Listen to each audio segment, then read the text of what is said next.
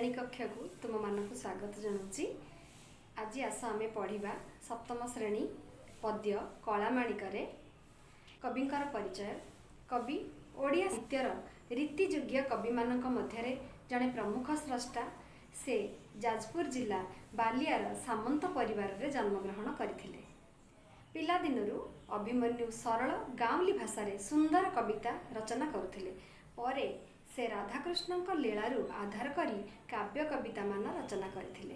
विदग्ध चिंतामणि, प्रेम कला, रसवती, सुलक्षणा, बाघ गीत, चढ़ई गीत, बोले हुंटी इत्यादि तांकर केतोटी लोकप्रिय सृष्टि। अभिमन्यु सामंत सिंहारंकर लालित्य ताक कवितार जना पड़े। खूब सुंदर भावरे से ए कविताटी को मध्य रचना करिसंती। एबे आस आमे जानिबा कवितार सार कथा।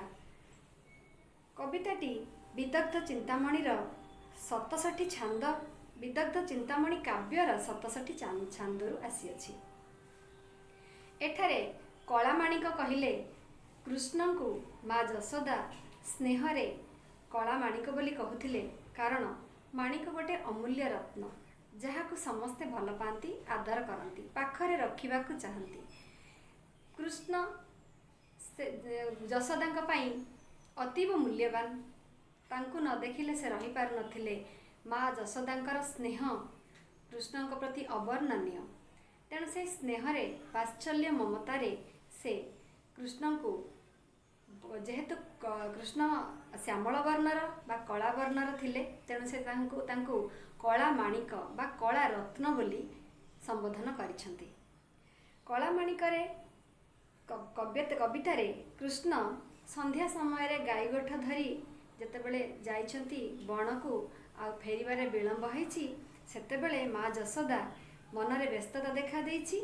तेणु एठारे वात्सल्यमयी माँ जशोदांकर हृदय बाहरुथिबा विदग्ध रे जे कवि तांको पुत्र शोकरे से जो पुत्रर विच्छेदरे जो शोक से प्रकट करिसंती, मातृ हृदय आवेग को एठारे सुंदर भावरे वर्णना करा जायछि। एथर आस आमे कविताटी को आवृत्ति करिबा।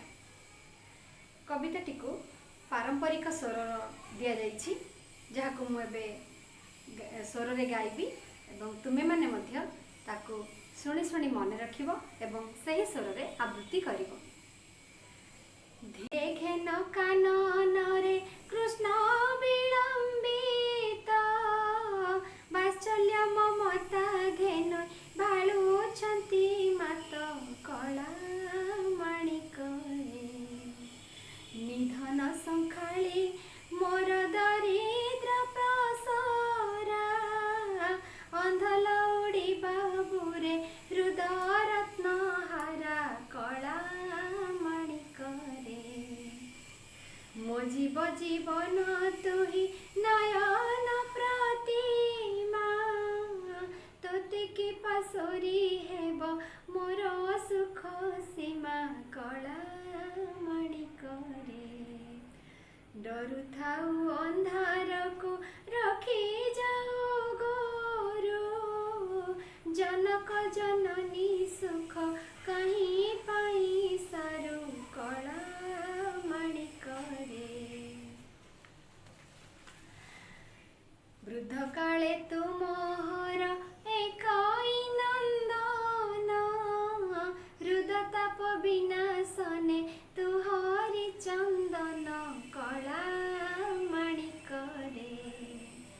गोटिका धाम शरणरु जईते, नाचिला चमाकु थाऊ लवणिके मते कला माणिक रे।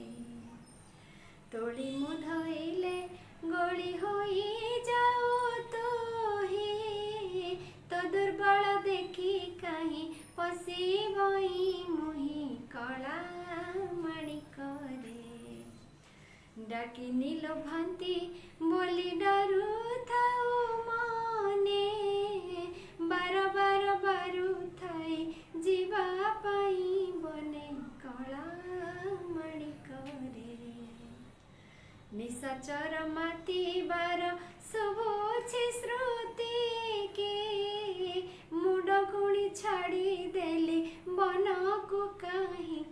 କଳା ମାଣିକରେ ଝାଳ ବହୁଥିବ ଅଙ୍ଗୁ ଲାଗି ଝାଞ୍ଜି ଖରା ଶ୍ରମ ପାଇ ତରୁ ତଳେ ବସିଥିବୁ ପରା କଳା ମାଣିକରେ ନେଲୁ ନାହିଁ କାହିଁ ପାଇଁ ତ କଠାଉ ଛତା ବନେ କଣ୍ଟା ଲାଗି ହୋଏ ମୃଦୁ ପାଦ ଚିନ୍ତା କଳା ମାଣିକରେ କାନ ଡେରି ଥାଇ ଏକା ତ ବେଣୁ ଗୀତକୁ ଆଜ କିମ୍ପା ଶୁଭୁ ନାହିଁ ଭାବୁଛି ମନକୁ କଳା ମାଣିକରେ ମୋ କଳା ମାଣିକରେ ମୋ କଳା ମାଣିକରେ।